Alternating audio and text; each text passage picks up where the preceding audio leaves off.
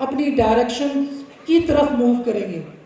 Direction में आने वाली जो रुकावटें होती हैं, नेसेयर्स होते हैं, लोग आपकी लेग पुलिंग कर रहे होते हैं, लोग आपकी अटेंशन अपनी तरफ ड्राइव करने की कोशिश कर रहे होते हैं, क्योंकि हमारे ऑनलाइन वर्ल्ड में अक्सर आप देखते होंगे। तो वो आपकी एनर्जी, आपका वक्त, आपकी एज, देखें एक स्पेसिफिक एज होती है। जब आप 35 क्रॉस करते हैं तो आपकी 25 वाली एनर्जी नहीं रहती। ये इस बात को ज़रा गौर से सुने और अपने दिमाग में बिठाएं।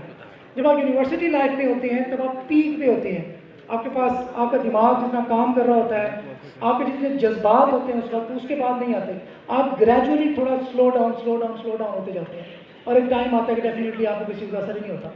तो उन जज्बात को सही डायरेक्शन में यूज़ करना, उस मोमेंटम को सही डायरेक्शन में लेके जाना, और इस दौरान अपनी नीयत साफ रखना। मैं नीयत साफ क्यों कह रहा हूँ बार बार? मैं कोई नेक परहेजगार नहीं हूँ, मैं इसलिए से नहीं कह रहा मैं दुनियादार बंदा हूँ। मैं इसलिए कह रहा हूँ कि जब आप अपनी नीयत साफ रखते हैं तो एक गैर महसूस कुव्वत है जो आपके साथ हो जाती है। आपको लग रहा होता है, देखें अगर हम अपनी दिमाग के बेस पे बड़े आदमी बन सकते ना, तो हमसे बड़े बड़े बोल रहे हैं, बड़े बड़े, यू नेम इट, अगर सिर्फ दिमाग की बेस पे ये सारे काम हो रहे होते। ये अल्लाह ताला की ब्लेसिंग होती है और एक गैर महसूस अंदाज से एक कुव्वत होती है जो कि आपके साथ हो जाती है, आपको हर चीज़ से बचाती है, आपको सही लोगों से मिलवाती है, आपको सही डायरेक्शन में पुट करवाती है। आप रोड पे जा रहे थे, आपको एक नशा करने वाला भी मिल सकता था, आपको एक सही बंदा भी मिल गया। अब ये कैसे हुआ? आपकी क्या एफर्ट थी इसके अंदर? कोई एफर्ट नहीं थी। मुझे अली चौधरी साहब, मैं उनका जिक्र करना चाहूँगा दोबारा। मैंने उनसे इतना कुछ सीखा कि सीईओ, एक कंपनी का सीईओ कैसे रिएक्ट करता है, वो अपने एम्प्लॉयज़ के साथ कैसे होता है, वो अपने जूनियर्स के साथ कैसे होता है। मैंने गौरव को देखा कि वो अपने जूनियर्स को जूनियर नहीं कहते, हमारे यहाँ खाकरों वगैरह कहा जाता है, वो ये नहीं कहते, वो कहते हैं कोलीग। वो क्या कहते हैं? कोलीग, कि हमारे साथ काम करने वाला है। ये सीनियर, जूनियर, छोटा, बड़ा, इन चीज़ों से वो निकल चुके होते हैं। वो कोलीग, अगर अच्छा जब आप कोलीग होंगे तो इफेक्ट क्या होगा? फिर मैंने उसको एक्सपेरिमेंट करके फिर उससे रिटर्न लिया कि आपकी जो एफिशिएंसी है वो इंक्रीज हो जाती है। आप अपने आप को आंसरेबल समझते हैं, और फिर जब आप अपने आप को आंसरेबल समझते हैं तो आपके अंदर इम्प्रूवमेंट की जगह रहती है। मैं हमारे यहाँ ब्यूरोक्रेसी भी मौजूद है।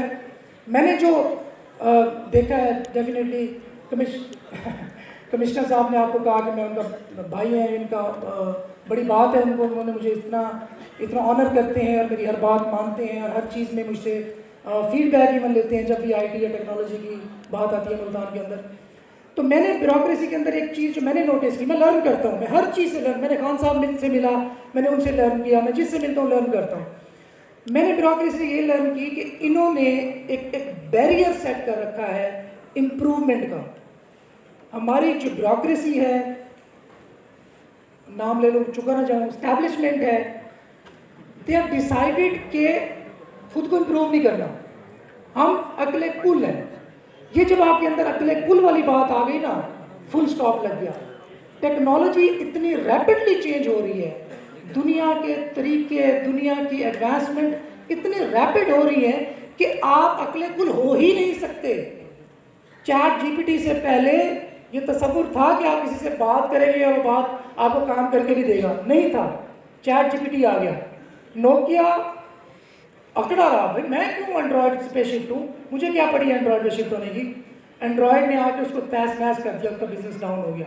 क्यों?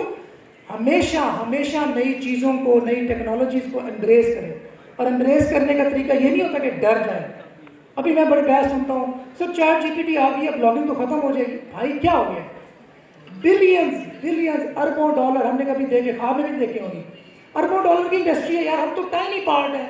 मैं 20-30 हज़ार रुपये मैंने कमा लिए, 40,000 उसने कमा लिया, 50,000 हमारे से कुछ नहीं होता भाई, हमारी इन चीज़ों से कुछ नहीं होता। उन कंपनीज की टेंशन हम ले रहे हैं जिनके millions and millions of dollars में खर्ची हैं। और टेंशन कौन ले रहा है? मियाँ चन्नू के किसी दूर दराज गांव में बैठा हुआ अल्लाह रखा। उस अल्लाह रखे को टेंशन है कि न्यूयॉर्क में बैठे हुए माइकल के साथ कल को क्या बनेगा। देखिए ना, हमारा कॉन्फिडेंस, ये भी कॉन्फिडेंस है हमारा कि हम, अच्छा जी एसईओ का क्या फ्यूचर है, भाई मुझे क्या पड़ी है एसईओ के फ्यूचर के बारे में सोचने की, गूगल सोचेगा, उसका काम है।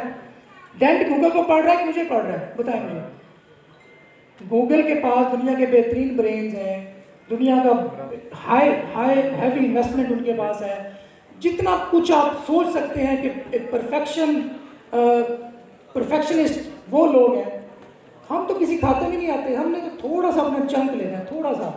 किसी ने 15,000 रुपये लेना है, किसी ने 50,000 रुपये लेना है, किसी ने 1 लाख रुपये लेना है, किसी ने अपना अपना चंक है, और कोई फेल भी रह जाता है।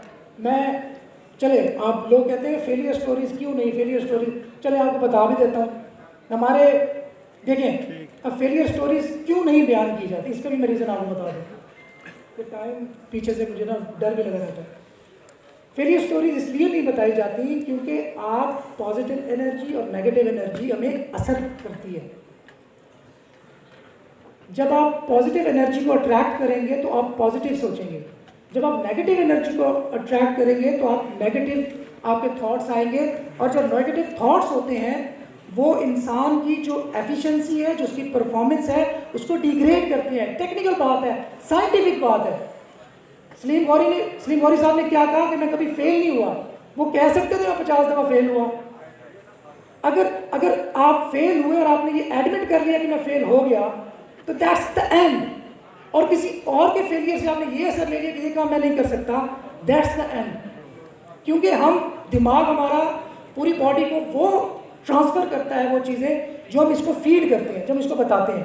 जब हम इसको बताते हैं कि फेलियर हो सकता है, फेलियर इज़ एक्सपेक्टेड, देखो देखो देखो वो फेल हो गया, देखो वो फेल हो गया, देखो वो फेल हो गया, जब हम इसको ये फीड करते रहते हैं तो वो हार मान चुका होता है।